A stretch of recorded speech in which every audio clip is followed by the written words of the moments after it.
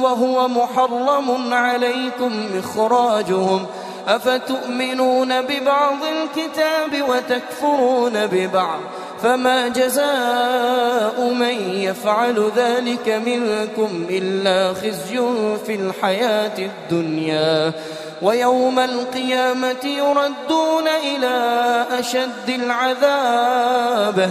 وما الله بغافل عما تعملون أولئك الذين اشتروا الحياة الدنيا بالآخرة فلا يخفف عنهم العذاب ولا هم ينصرون ولقد آتينا موسى الكتاب وقفينا من بعده بالرسل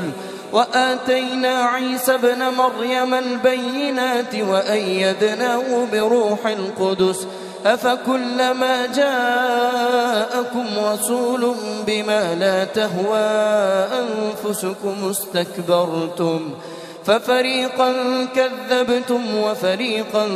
تقتلون وقالوا قلوبنا غلف بل لعنهم الله بكفرهم فقليلا